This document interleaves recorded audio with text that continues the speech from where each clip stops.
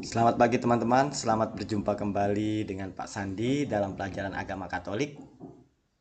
Sebelum kita mulai kegiatan pembelajaran kita pada pagi hari ini, kita awali kegiatan kita dengan berdoa.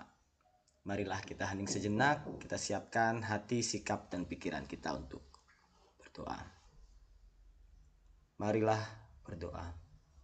Dalam nama Bapa dan Putra dan Roh Kudus. Amin.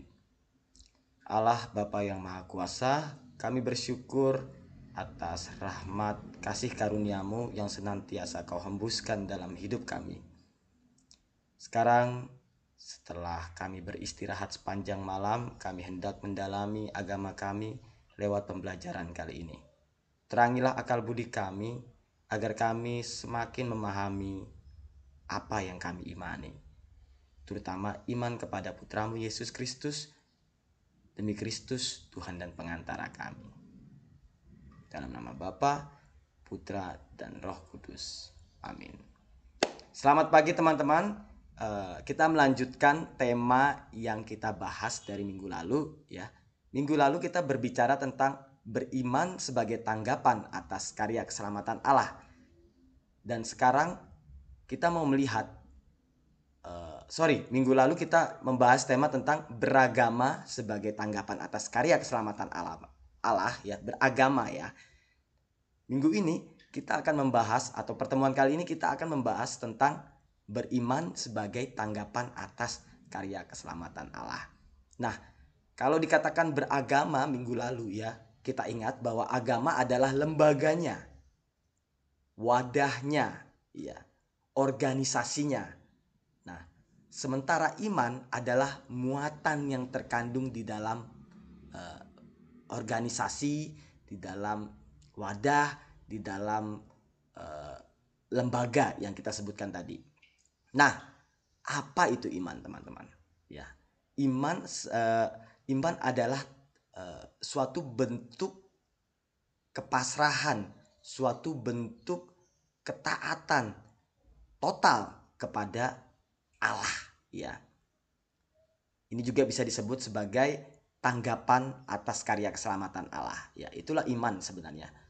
Jadi beriman adalah menanggapi tanggapan karya keselamatan Allah. Menanggapi, ya. Kalau disebut beriman artinya menanggapi, ya. Menanggapi, kata aktif ya, menanggapi. Menanggapi bukan sekedar kata, tapi sampai kepada perbuatan. Nah, kita berangkat ke pengertian iman dulu apa ya. Kita bisa saksikan lewat atau kita bisa baca lewat cerita yang sudah disuguhkan oleh buku ini. Ya. Iman diibaratkan sebagai sebuah kebutaan, tetapi menuntun kita ke arah yang benar. Ya, kalau kalian baca cerita ini ya, bagaimana ada seseorang tersesat, kemudian dia bertemu dengan orang buta di tengah ketersesatannya itu, padang pasir ya, dan orang buta itu mampu menuntun orang tersesat ini ke tempat tujuan. Nah, kurang lebih seperti itu iman ya teman-teman. Iman itu suatu bentuk kepasrahan, ketaatan, ya. Dia buta tetapi tidak kosong, ya. Dia buta tetapi tidak kosong, ya. Kamu pasrah kepada satu hal, kamu yakin, percaya kepada satu hal, tetapi kamu tahu apa yang kamu yakini itu. Walaupun kerap kali bertentangan dengan kebenaran-kebenaran ilmiah, ya. Bukan berarti iman itu bukan sesuatu yang ilmiah, ya. Tidak sepenuhnya, ya.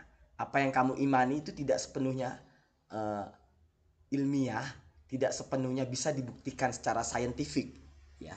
Tetapi bisa didekati dengan ilmu sains atau ilmu pengetahuan, ya.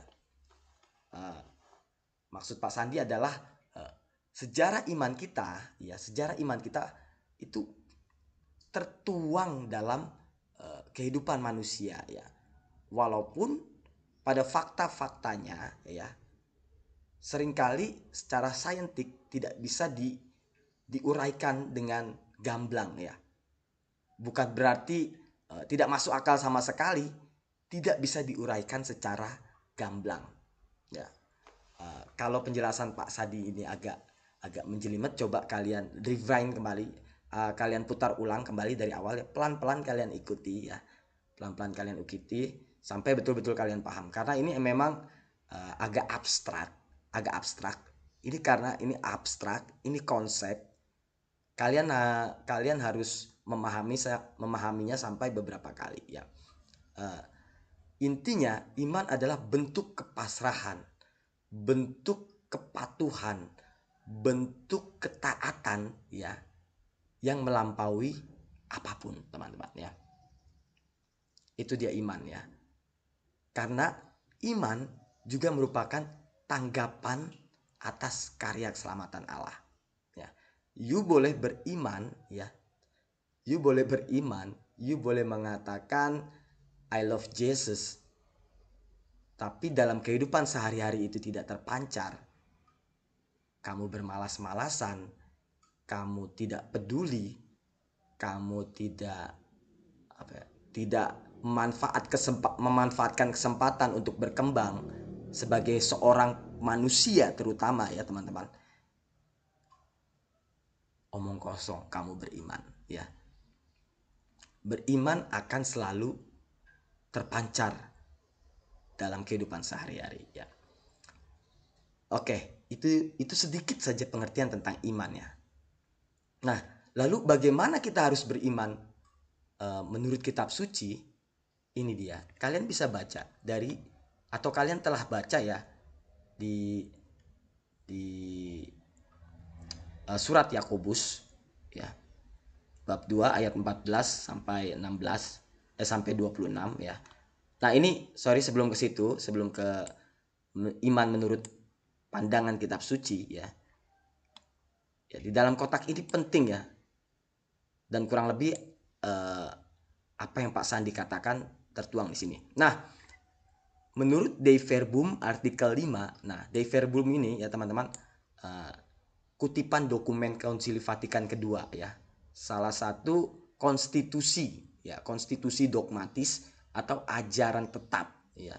Ajaran tetap yang dibahas oleh para uskup-uskup di seluruh dunia pada tahun 1962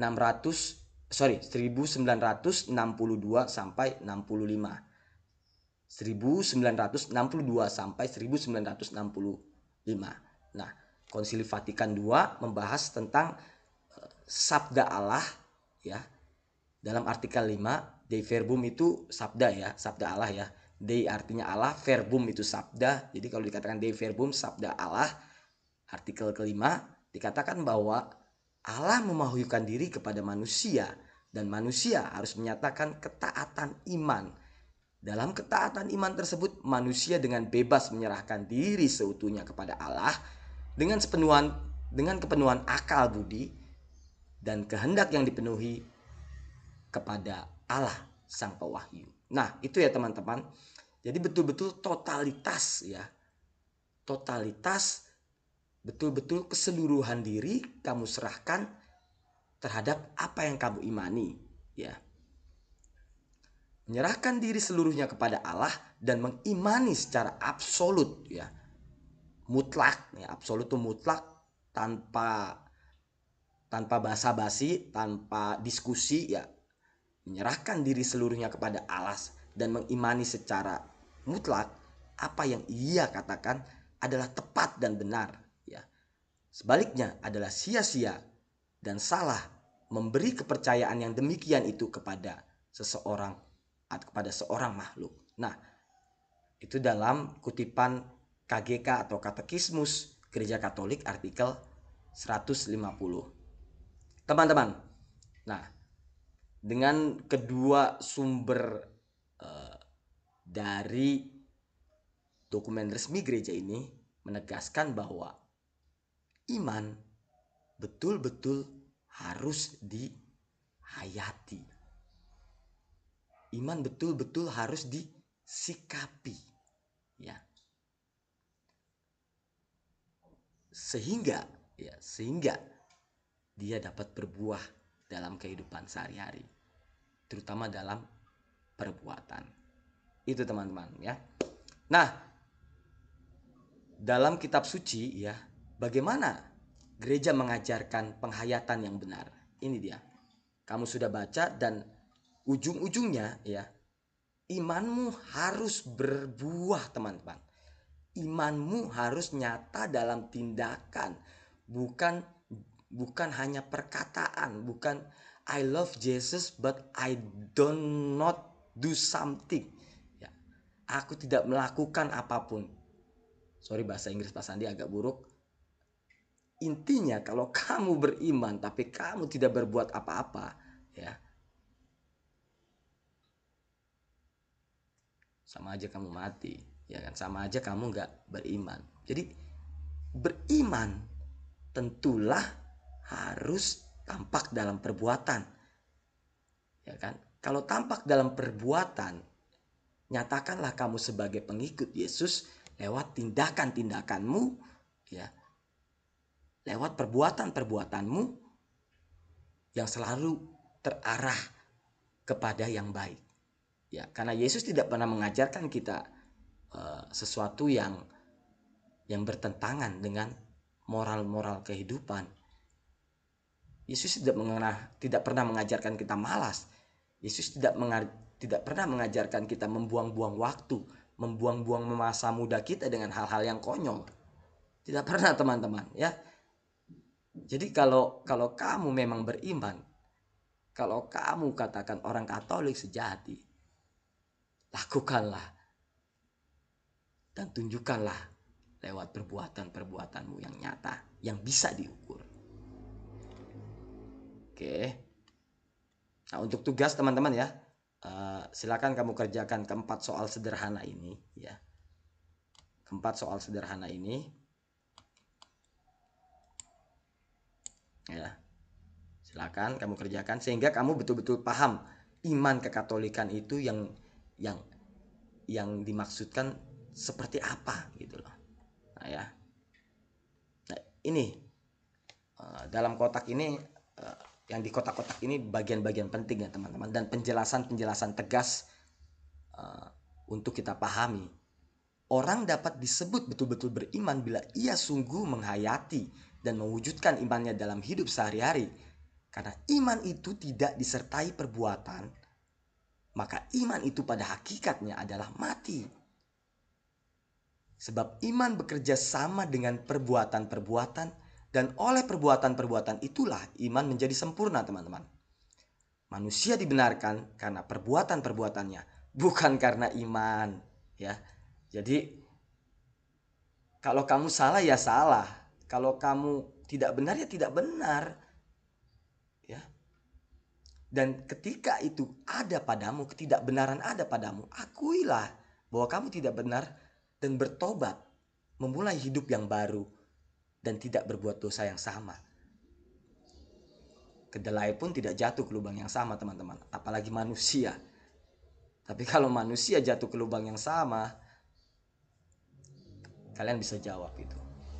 Nah, relasi manusia dengan Allah akan menjadi lebih nyata jika iman tidak hanya diungkapkan melalui doa. Jika iman tidak hanya diungkapkan melalui doa, pujian-pujian saja, tetapi juga diwujudkan dalam hidup sehari-hari, terutama melalui perbuatan yang baik yang menyelamatkan dan membahagiakan sesama. Nah, sudahkah kalian melakukan tindakan-tindakan yang menyelamatkan diri kalian sendiri dulu? Atau justru kalian lebih banyak melakukan perbuatan-perbuatan yang menjatuhkan diri kalian, yang membuat kalian sengsara, yang membuat kalian putus asa? Nah, perbuatan baik yang menyelamatkan, kalau itu sudah kalian lakukan, kalian memang sudah beriman dan membahagiakan sesama. Nah, apakah tindakan-tindakan kalian selama ini justru meresahkan sesama, ya, membuat sesama gelisah, membuat sesama kecewa? Ya, jika belum, mari kita bahagiakan sesama lewat perbuatan-perbuatan kita. Kita buat bahagia sesama, baik itu orang tua, teman, guru, siapapun yang ada di sekitar kita, lewat perbuatan kita. Jika itu sudah kalian lakukan, maka sesungguhnya kalian sudah beriman. Tapi jika belum, segeralah bertobat, memulai hidup baru, dan melakukan perbuatan baik yang menyelamatkan dan membahagiakan sesama. Itulah makna beriman. Iman tanpa perbuatan pada hakikatnya adalah mati. Iman bukan KTP, iman bukan perkataan, tapi iman juga perbuatan. Cukup sekian dari Pak Sandi, teman-teman. Jangan lupa tugasnya ya.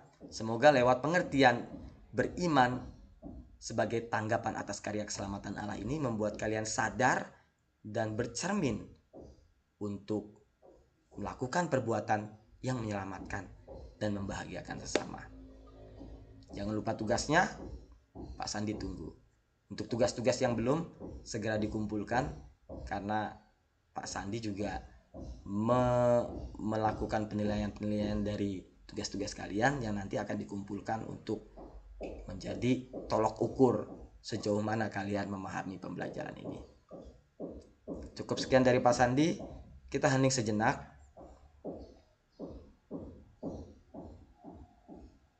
Marilah berdoa dalam nama Bapa dan Putra dan Roh Kudus. Amin. Ya Tuhan, terima kasih karena melalui Roh Kudus Engkau telah menuntun dan membimbing hidup kami lewat pembelajaran kali ini. Semoga kami sadar agar dapat melakukan perbuatan-perbuatan yang menunjukkan iman kami kepadamu. Terpujilah namamu, demi Kristus Tuhan dan pengantara kami. Dalam nama Bapa, Putra, dan Roh Kudus. Amin. Terima kasih teman-teman. Sampai jumpa. Selamat belajar.